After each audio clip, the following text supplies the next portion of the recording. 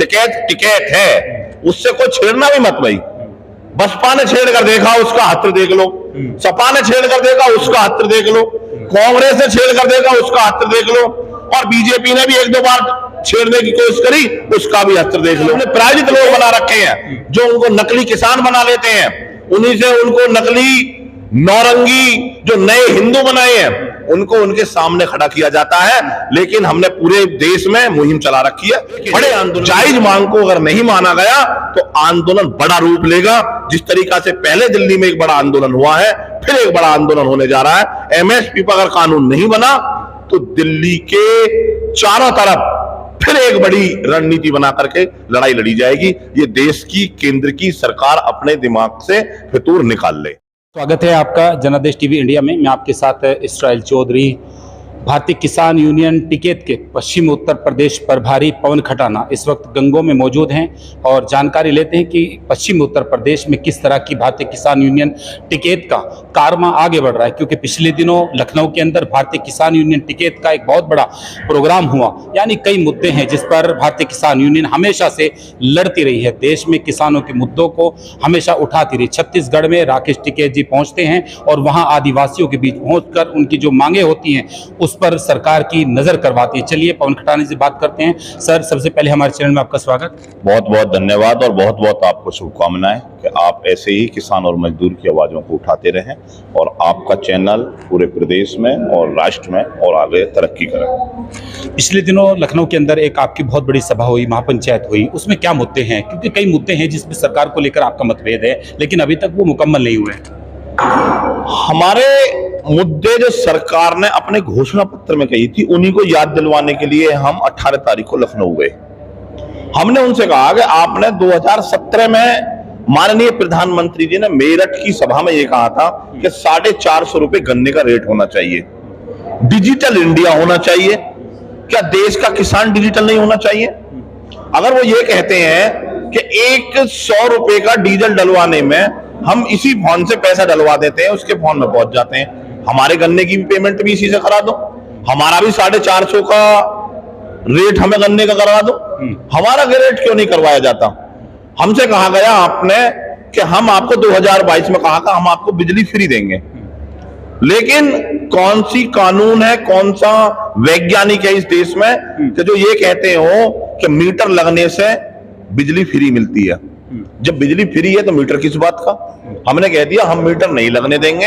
हमको आपने 2027 तक बिजली फ्री का वादा किया है, आपने अपने संकल्प पत्र में कहा है जब तक हम बिजली का बिल का पैसा नहीं देंगे 27 में आप दोबारा आइए, आप कहिए कि हम बिजली का बिल लेंगे, हमारी मर्जी होगी हम वोट देंगे, हमारी मर्जी नहीं होगी हम नहीं देंगे।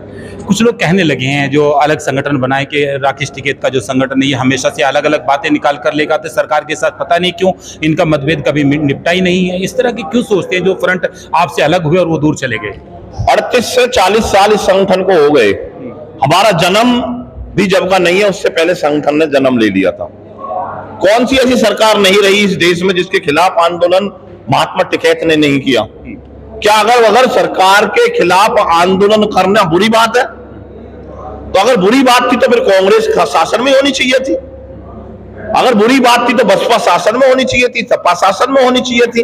अगर आज हमने आंदोलन कर दिया और अपनी मांगों को लेकर के हम चले गए तो कौन सी बुरी बात कर दी? हमसे अगर मुख्यमंत्री नहीं मिलते और अपने प्रायोजित लोगों को बुला करके मिलते हैं तो देश में क्या दिखाना चाहते हैं कि अपनी प्री प्लानिंग अपने गुर्गों को छोड़ करके टिकैत संगठन को कमजोर करना चाहते हैं। टिकैत ना पहले कभी कमजोर हुआ, ना आगे कभी टिकैत कमजोर होगा। टिकैत टिकैत है, उससे कोई छेड़ना भी मत भाई। बसपा ने छेड़ कर देखा, उसका हत्र देख लो। सपा ने छेड़ कर देखा, उसका हत्र देख लो। कांग्रेस ने छेड़ कर देखा, उसका हत्र देख लो। और बीजेपी ने भी एक दो बार छेड़ने की कोशिश करी, उसका भी हत्र देख लो। टिकैत का काम शांति प्रिय, सहनता से, शालीनता से किसान और मजदूर की आवाज उठाना है। अभी आप अपनी भूमिका में बता रहे थे कि छत्तीसगढ़ गए। छत्तीसगढ़ क्या कांग्रेस की सरकार नहीं है? अगर वहां के आदिवासी टिकैत साहब से ये कहते हैं कि हमारी लड़ाई को लड़ो तो वो उसकी भी लड़ाई लड़ते हैं। राजस्थान में एक किसान की जमीन की नीलामी की गई, रातों रात राकेश टिकैत जी वहां पर पहुंचे तो वहां पर भी जाकर के उनकी लड़ाई लड़ी। क्या वहां पर कांग्रेस की सरकार नहीं थी? पंजाब में वो जाते हैं तो क्या वहां की पंजाब में आम आदमी पार्टी की सरकार नहीं है? पश्चिम बंगाल जाते हैं, जहां जिस चीज की जरूरत होगी, किसान और मजदूर की आवाज है राकेश टिकैत। आपने एक वादा सरकार के साथ आपका हुआ था एमएसपी को लेकर, लेकिन आज तक एमएसपी का मुद्दा जो है वो आज तक नहीं निकल पाया। एमएसपी पर आज तक अमल नहीं हो पाया। केंद्र सरकार उस पर चुप क्यों है? किसान आंदोलन आप लगातार करते हैं, अलग अलग जगह जाकर आप लोग दबाव बनाते हैं, तो ऐसा क्यों है कि एमएसपी को लेकर सरकार अभी तक खुल नहीं पाई और अमल नहीं किया? बड़े भाई, मैं आपसे पूछना चाहता हूं कि जिस समय हम 2 मुद्दों को लेकर के दिल्ली गए, हमारी देश की मीडिया ने कहा कि आप किस लिए आए? हमने कहा काले कानून जो 3 बनाए उनको वापस करो, तब हम घर वापस जाएंगे, और एमएसपी पर कानून बनाओ। एक दिन ऐसा आया कि देश के प्रधानमंत्री जी ने कहा कि हम काले कानून वापस लेते हैं, लेकिन उन्होंने एमएसपी पर नहीं बोला। टिकैत साहब ने बोला जब तक एमएसपी पर कानून नहीं बनेगा तब तक हम बैठेंगे। लेकिन हमारे कुछ मीडिया के भाइयों ने उस बात को गलत तरीका से चलाया। कुछ लोगों ने कि भाई ये तो बस आंदोलन ही करना है। अरे भाई, अगर काले कानून वापस ले लिए तो एमएसपी भी दे देंगे, थोड़ा वो इंतजार कीजिए। हमने मीडिया बंधुओं की बात को सुनते हुए टिकैत साहब इस बात पर विचार करके कि देश की जनता रोड पर बैठने से थोड़ी दिक्कत में है, चलो टाइम दे दिया जाए, ऐसा कुछ नहीं है, हथेली पर सरसों उगाई जाएगी, और टाइम दे करके दिल्ली से मुजफ्फरनगर की तरफ आ गए। लेकिन उस दिन के दिन से आज तक देश की जो केंद्र की सरकार बताते हैं वो कहां है? क्या उसने देश के किसानों से बैठ करके ये कहा कि हम आपको एमएसपी देना चाहते हैं? क्या फिर से आंदोलन किया जाए? क्या उन्हीं रोडों पर बैठा जाए? और जब रोडों पर बैठा जाएगा तो उनके जो प्रायोजित लोग हैं, जो उन्होंने अपने प्रायोजित लोग बना रखे हैं, जो उनको नकली किसान बना लेते हैं, उन्हीं से उनको नकली नौरंगी जो नए हिंदू बनाए हैं, उनको उनके सामने खड़ा किया जाता है। लेकिन हमने पूरे देश में मुहिम चला रखी है, बड़े आंदोलन की फिर तैयारी चल रही है। ऐसा क्यों है कि हर बार हर मांग के ऊपर आंदोलन करना पड़ता है? ये स्थिति क्यों पैदा हो रही है देश में? इसलिए हो रही है कि जब जब सरकारें सत्ता से बेदखल हो जाती हैं, जो पार्टी, उन्हें किसान याद आता है, क्योंकि वोट किसान और मजदूर के पास होती है।